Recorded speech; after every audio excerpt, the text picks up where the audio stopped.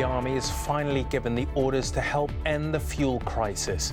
After government assurances about petrol stocks failed to reassure drivers, tonight it's confirmed that from Monday the military will be tasked with delivering supplies. Working through this weekend, deploying in Monday, probably on their own more, and then by the end of the week another 60, 70 will come online towards the end of the week. So you'll be over 200 by the end of the week at least. But Labour says that's not enough and calls for Parliament to be recalled to agree a long-term solution to driver shortage. Also in News at 10 tonight. Policing under fire. Boris Johnson admits failings in the wake of Sarah Everard's murder, but urges us not to lose faith. I do believe in the police. I do think that we can trust the police, and I think the police do a wonderful, wonderful job. As heating costs jump for 15 million households, tonight new warnings of more price rises in the pipeline. How allegations of racism from school children have sparked a diplomatic spat between the UK and the Czech Republic.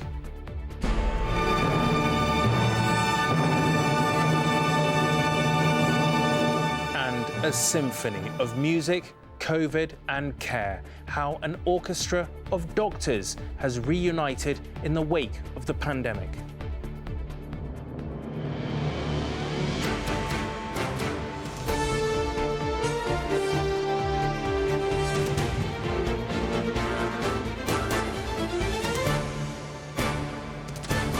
This is ITV News at 10 with Rageh Omaar.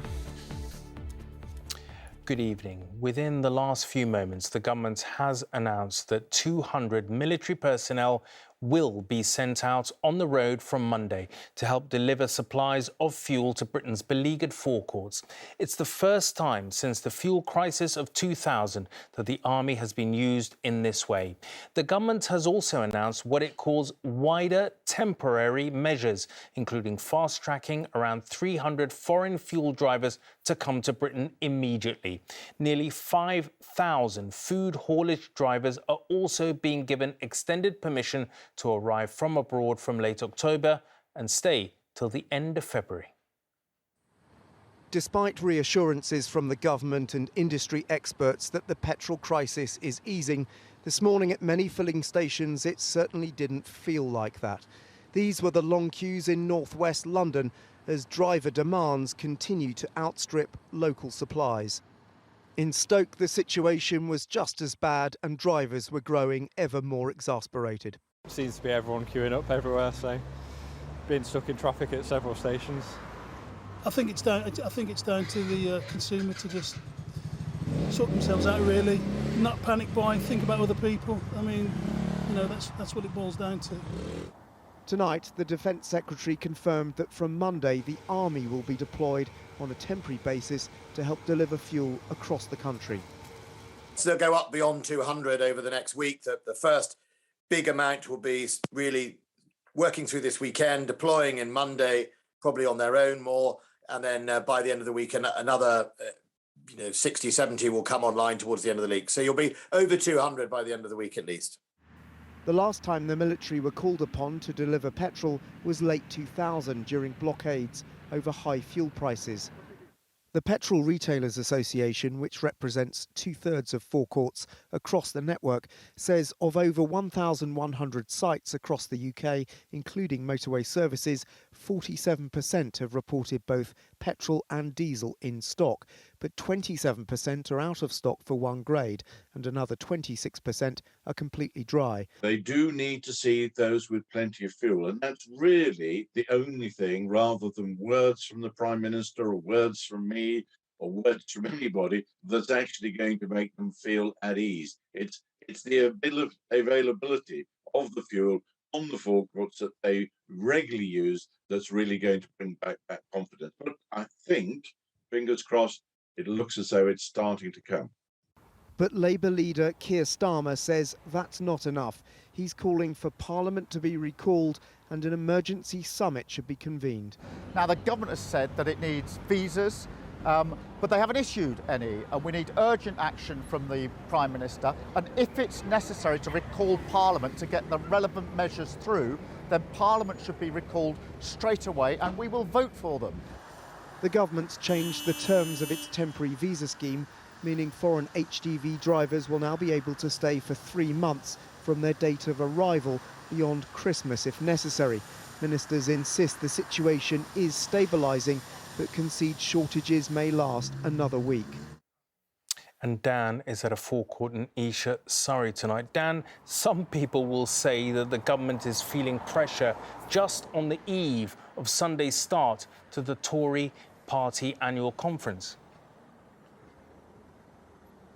Yeah, well, it's difficult to imagine a more sort of Tory heartland than the commuter belt of Surrey, but this forecourt behind me has no fuel at all.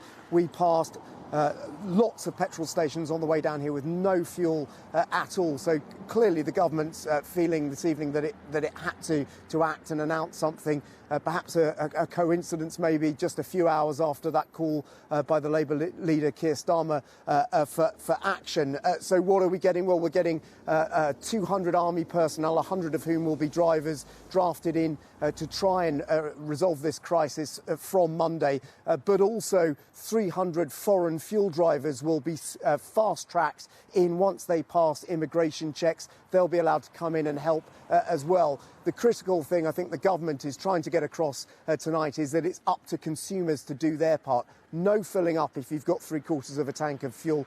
Think of other people. But frankly, it's going to take a while. This petrol station is saying it won't have any tanker deliveries until Monday at the earliest. Well, Dan, thanks very much for managing to get to that petrol station tonight on a Friday night. Thank you. Now, it's fair to say that things have come to something when the Prime Minister feels the need to urge the country to trust the police as he did tonight in the wake of the murder of Sarah Everard. He did admit, as he put it, there is a problem with the way cases of rape and violence against women are handled. Police guidance for anyone stopped by an officer they don't trust after Wayne Couzens abused his authority as a serving officer to abduct and kill Sarah have been met by angry ridicule. Campaigners say recommendations such as advising women to flag down a bus in such a situation are inappropriate. It's the police who need to change, they say, not women. Officers patrolling in central London tonight in an attempt to restore people's faith in the force after one of their own murdered Sarah Everard. Earlier, the Prime Minister said people should trust them while acknowledging problems existed in the criminal justice system. I do believe in the police. I do think that we can trust the police. And I think the police do a wonderful, wonderful job. But there is a problem. And there is a problem in the way we handle rape, domestic violence, sexual violence, and the way we handle the complaints.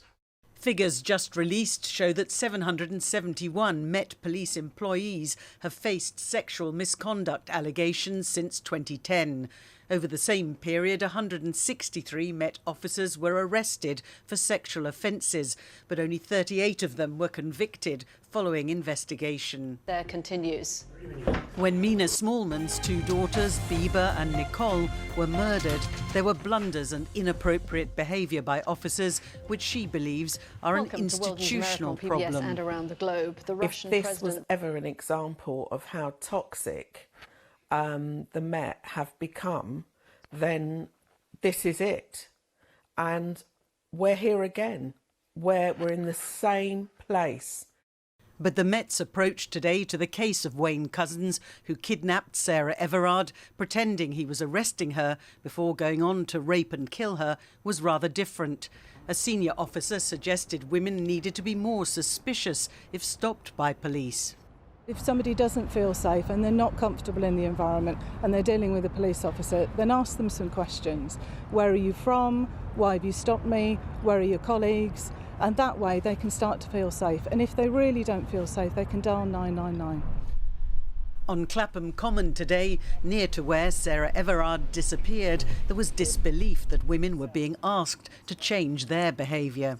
I find it frankly a bit ridiculous. You should investigate your police officers properly. It shouldn't be our responsibility to vet your own staff. That's just obscene. How concerned would you be if you were stopped by a police officer now in the wake of what's happened? Now it's happened, I would be terrified and I would be thinking, right, I'm getting away from here.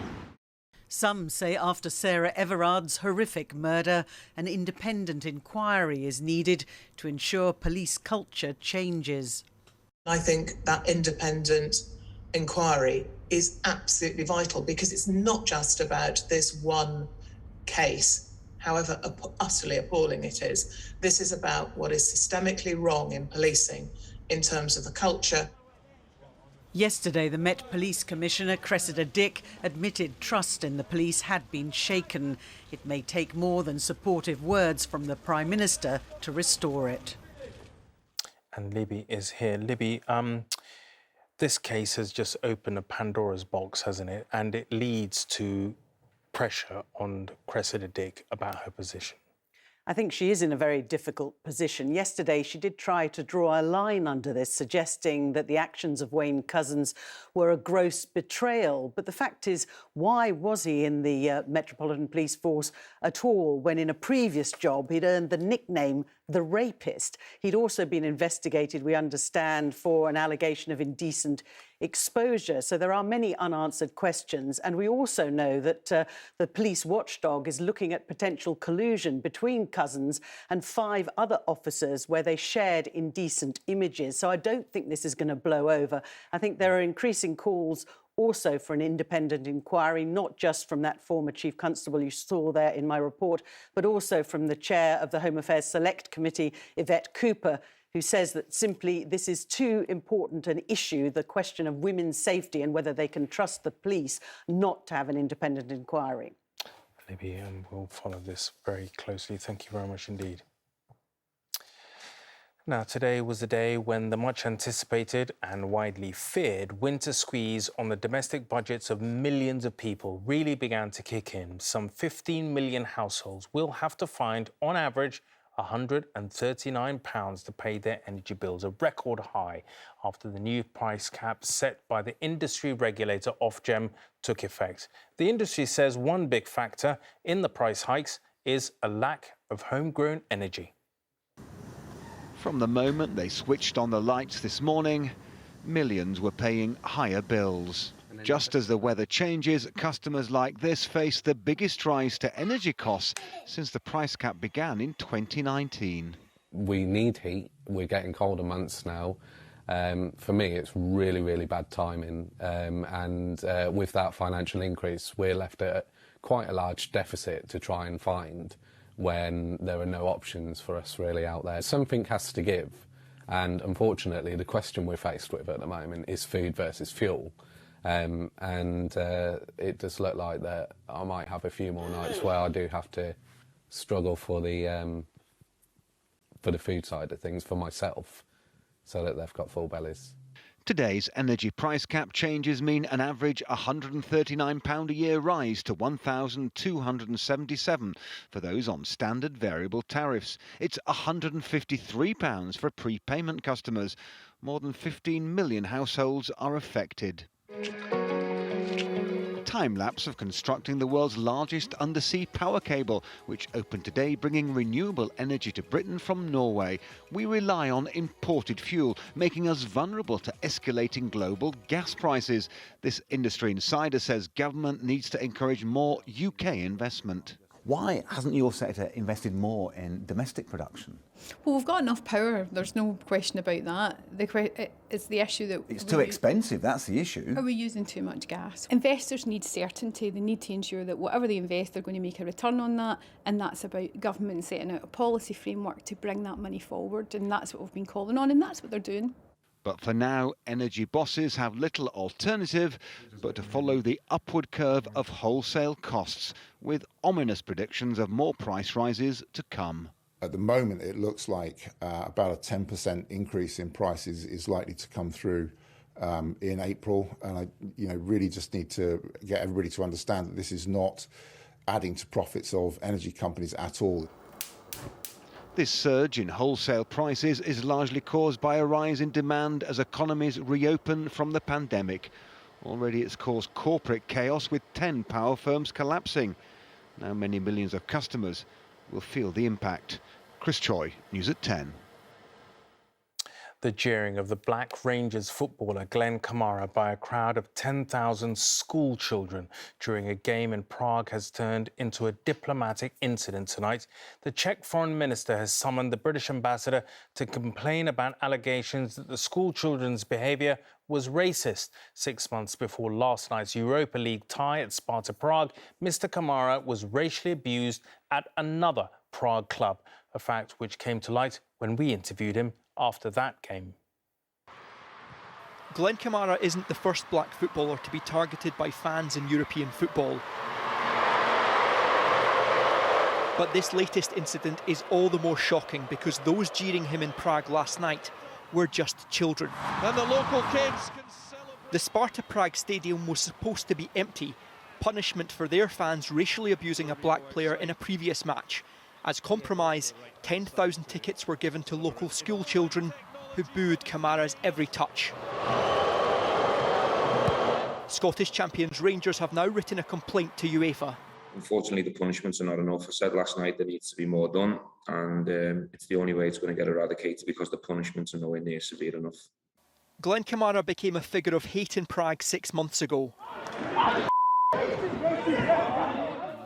He was racially abused by a player from Sparta's city rival Slavia and spoke exclusively to ITV News. He came over and he said, you're a monkey and you're a monkey and you know you are. Last night, 2 children held up a banner in support of Cadella, the player who racially abused Kamara. Now Kamara's lawyers calling on European football authorities to do more. Is it because they've learnt this from their families, from their parents? Because Glenn was demonised from the very moment he complained about racism, not just by the fans, but by the clubs, by the politicians, by their journalists, by their society. I think it's unacceptable that UEFA once again is silent. But the reaction in the Czech Republic is far from one of condemnation. First, Sparta Prague publicly thanked the children for a wonderful and unique atmosphere, adding, "We love you." Then it escalated to a diplomatic incident. Here's the Czech foreign minister who says he will summon the British ambassador because his country's children have been insulted. I then spoke to a Czech journalist who has today written in defence of the jeering children. Well, but why Sparta should not defend its children when it is, their perception is that it was not a racist booing. You say booing on a black footballer. They would be booing on a white footballer or... They didn't boo any white footballers last night. They booed Glenn Kamara. Yeah, because Kamara was involved in that incident. Can he help that he is the victim of racism? Does that deserve being booed by children? Again, different perception. He is a victim of racism according to UEFA. UEFA are looking into this latest incident in Czech football. Seeing hatred passed on like this to the next generation could be a wake-up call, but instead there is denial and another bleak moment for black footballers. Peter Smith, News at 10, Glasgow. In Wales, they're taking a proactive approach to shaping the attitudes of young people to race. To mark today's start of Black History Month, Wales announced that it's making the teaching of Black, Asian and ethnic minority history a mandatory part of the school curriculum. It will be the first UK country to do so. He didn't get the job because of the colour of his skin. Okay. It may be the first day of Black History Month, but a lesson on civil rights isn't unusual for these pupils. They boycotted the Montgomery bus for 60 days. With 38 different ethnicities in their school, they're taught about different cultures and experiences every day, an opportunity they think all children should have. In some schools, it's not as diverse as here, and they won't be able to, learn from anybody there, so they should learn it in their curriculum. It's quite interesting to learn about different religions, actually, and all the things that they might believe that you don't believe or that you want to learn more about. Their community, Butte Town in Cardiff, has long been one of the most diverse in Europe. Whenever any two children of different races play together, humanity grows an inch or two. Now Wales plans to be the first nation in the UK to make the teaching of black and ethnic minority history a compulsory part of the curriculum, which the head teacher here says is long overdue. Those stories, the stories of Tiger Bay and the development of the docks, is all Welsh history, and children, wherever they are in Wales, need to know that story because it is part of their history. Her predecessor would have approved. Betty Campbell, whose statue was unveiled this week, was Wales' first black head teacher. One of the aims of the new curriculum is to break down racial barriers, according to the woman who led its development. We know that young people from those backgrounds have had their aspirations lowered and that they don't feel they belong and included, so it's going to be very important in terms of them identifying themselves and feeling valued. In places like Cardiff, diverse cultures will already be familiar to many children, but the Welsh Government wants all pupils to understand their contribution, and many think it shouldn't be confined to Wales. It's going to shame England and Scotland for not following, and I think really we should. I mean, England, look, we do have our fair share of problems in England right now when it comes to divisions and identities, and I think this can only help. This can bring us together. The Department for Education says pupils in England have the opportunity to study significant figures from minority backgrounds. So by 2030, what's going to happen in Wales? Wales is committed to becoming an anti-racist country by the end of the decade. Part of that is teaching all its children to respect the differences in their pasts. Ben Chapman, News at 10, Cardiff. Black History Month in Wales, and a huge march is taking place in the American capital, Washington, tomorrow over fears of major changes to women's abortion rights. Today's formal ceremony welcoming Amy Coney Barrett as the US Supreme Court's newest justice cements a conservative majority on America's highest court of law. And after this panel of judges allowed Texas to introduce draconian abortion rules, protesters now fear another conservative state could follow. For nearly 5 decades, the political and cultural rift over abortion rights We are pro-life! has been one of America's deepest fault lines.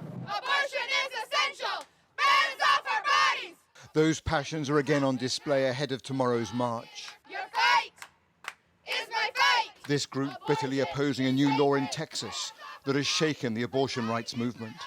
Hands off our bodies! It has been signed into law by the governor. The Texas Heartbeat Bill is now law in the Lone Star State. To the delight of Christian conservatives. Protect the unborn, protect the family. At women's health clinics, this one is in Virginia and is regularly picketed by abortion opponents. And blessed is the fruit of thy womb, Jesus. There is alarm at how young and vulnerable women will now respond. We do not want patients doing at-home abortions because that's very dangerous. And we don't want patients, ordering things online, through the dark web, that just putting them at danger. The Texas law bans abortion after 6 weeks, when some claim an early heartbeat can be first detected. There are no exemptions for women who become pregnant through rape or incest. There's even a bounty of $10,000 for anyone who successfully sues an abortion provider. Many other states like Mississippi and Florida are poised to follow this restrictive law that's now in force in Texas. It was very difficult. It was extremely overwhelming. Facing a family crisis and homelessness, this activist had an abortion after 14 weeks, something no longer possible in Texas. Texas is notorious in passing abortion bans and then those bans going to other states and passing there. So I'm really afraid that a lot of the southern states will pass their own bans very similar to it because abortions will happen. They're always going to be here, whether it's legal or not. It's really just banning safe abortions. There is an additional factor driving alarm among liberal Americans, the shifting balance of power of this institution, the Supreme Court. Today, Amy Coney Barrett, the newest judge on the bench, alongside the Chief Justice, posed for photographs. All eyes are now on this increasingly conservative court to see whether it will also start eroding long-established abortion rights. I believe that we will win! Igniting fresh turmoil across America's partisan landscape.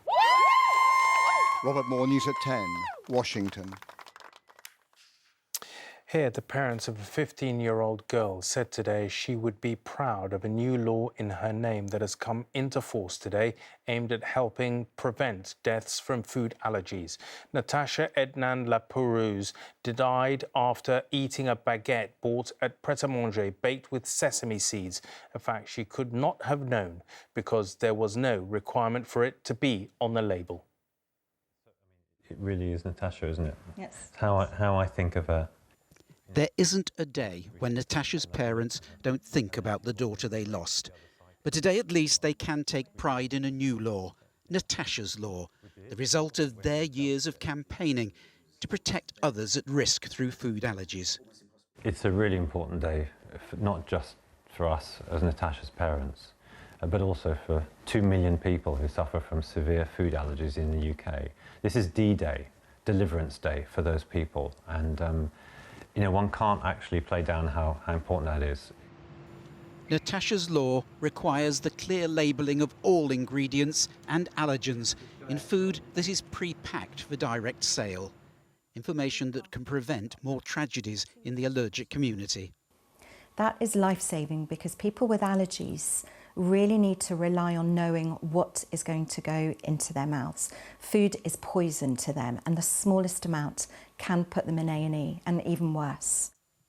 15-year-old Natasha had been on holiday with best friend Bethany Holloway when she went into cardiac arrest after eating unlabelled sesame seeds in a Pret-a-Manger sandwich.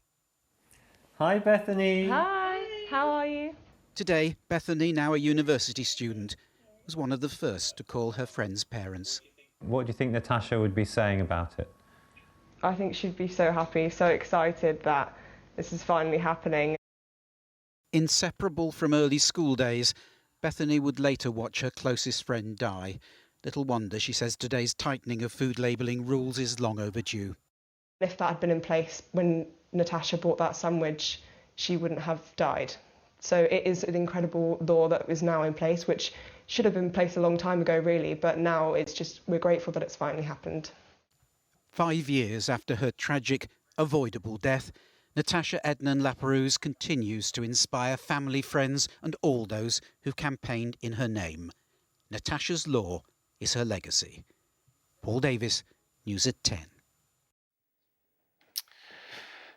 Finally, you might not know that many surgeons like to have soothing classical music playing in the background as they work. What you might not know is that there is a World Doctors Orchestra making music to raise funds for medical aid projects. This weekend, the orchestra plays its first live concert in the UK since the pandemic. They're used to working with precision in their day jobs. Now these doctors are looking to perfect their use of musical rather than surgical instruments. The World Doctors Orchestra, like many others, has been hit by the pandemic. But now, after months of postponed performances, they are back, ready for their first UK concert while raising money for a charity which provides healthcare to the homeless. To play in a big symphony orchestra is one of the biggest thrills you can possibly have. I mean, when that sound starts and you're sitting in the middle of it, it's mind-bending. I absolutely love it. It's a thrill you don't get from medicine, I'm afraid. They haven't enjoyed that thrill for a while. This performance in Paris 2 years ago gives you a flavour of the standard and spectacle. Now doctors from around 50 countries are preparing for concerts in Suffolk and London. They all play at an incredibly high level. They're all brilliant at what they do at home, and they contribute so much in so many ways. It keeps me going. The pandemic was particularly hard around our community in Queens, and we were the epicenter for quite a while, and it was just kind of like a wartime situation. After hardship, hope can emerge. They have provided the latter through their profession. And their passion for music has inspired the world's premier solo percussionist to join them on stage this weekend. And I think everybody here is really, touched at the power of people coming together. We're in one room, we're rehearsing together, and it's so different to try to do that virtually. Seeing so many people together in one room may still seem unusual following the pandemic, The fact they are medical professionals will strike a reassuring tone, they hope, with the public. Mark McQuillan, News at 10. Gifted in care, gifted in music through the pandemic. That's it from me. Thank you for watching.